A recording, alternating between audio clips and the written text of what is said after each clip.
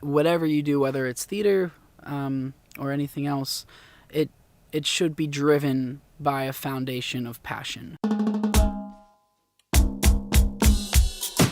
The show itself is massive in terms of singing and dancing and acting. It's a multi-sensory, three-dimensional experience on stage, living, breathing, sweat, and blood and tears. It's a lot of work, but it's a lot of fun. In the Heights was a smash hit on Broadway and won 4 Tony Awards in 2008. Oh my God, it's got... What I love about the show is that everything about it is contemporary. Lin-Manuel Miranda started writing the show in college, and he was deeply invested in writing a show about where he came from. And so the show is about these communities of people, some of whom are first generation, some of whom are second generation and third generation. People who identify very deeply with where they're from in terms of their own Latino or Latina heritages, and who are also invested in the barrio, in the place that they live, in the neighborhood that they live in. It speaks a lot about the idea of home and what that means for different people. So I got you a present. I went downtown to get it. So it's about these people, blood family and family that's made. I owe you a bottle of cold champagne. No! So it was really important to me that we could truthfully embrace the emotion and embody the emotion and understand that some of that emotion isn't just about family and love, but is also about mi tierra, also about my earth. Oh, a director is so reliant on actors. Actors have so much bravery and so much to give, and you can start to see something in each of them. You see a shoulder move, or you see an opportunity for them to play that slightly differently, or you see that one of them means the line in one way and the other one has no idea that that's going on. Once they receive enough information, they can actually begin to act, and you can't see them working. There's no way to plan for that. It happens when it happens, and the next 20 may not be like that. And so that's why you heard us kind of gasp for a moment or laugh or be uncomfortable, is because there was an electricity in the room in that moment that is very special, and it's the reason why we work so hard so that that can happen for each new audience every single night.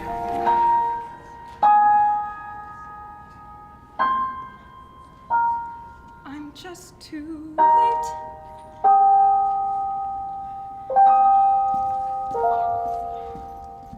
The students they're incredibly hardworking. They're incredibly open-hearted about it.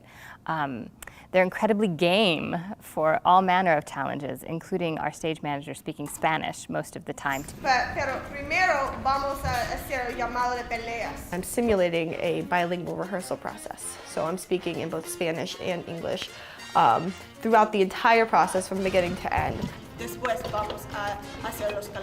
I have absolutely no experience with Spanish at all. It's very difficult, and we have a lot of people in the cast who aren't native Spanish speakers.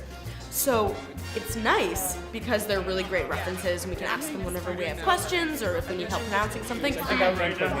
The actors are handling it beautifully, I think. This script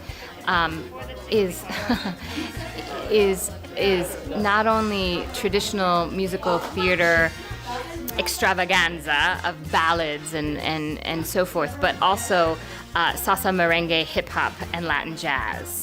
So the performers have to move between all of those styles effortlessly and also make them all a piece of their character. It's tough. It's a whole different realm of acting, and getting comfortable with it and making it sound like it's something I've been doing all my life is a serious challenge. So Lisa Jackson Chabetta, the director, and I met, and she let me know who she was considering casting and what she wanted to communicate about the characters, their histories, their respective cultures. So together, we create what's called a dialect concept. I work with actors individually on finding what's called a vocal model. So a real live person who is from that place, of that age, of that gender, that they can look at the unique dialect characteristics. I definitely feel more comfortable rapping now. Mike especially, who's playing Usnavi, like, he's gonna come out of this show. He's a rapper now. When you're dancing, you're always acting.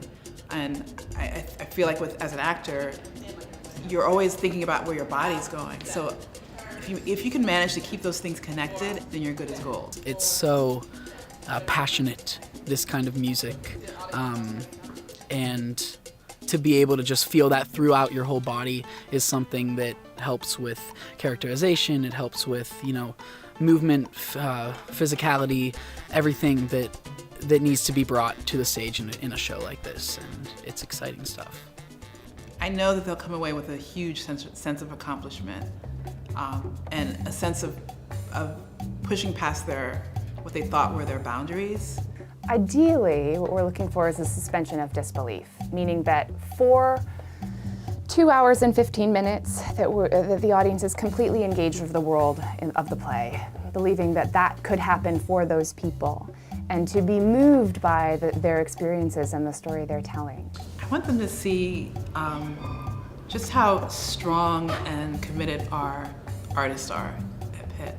The message is so uplifting, and I mean, the way I felt when I saw it, I was so happy. I left and I felt inspired to do more, and I think that that's the message we want to leave the audience with. In Washington Heights.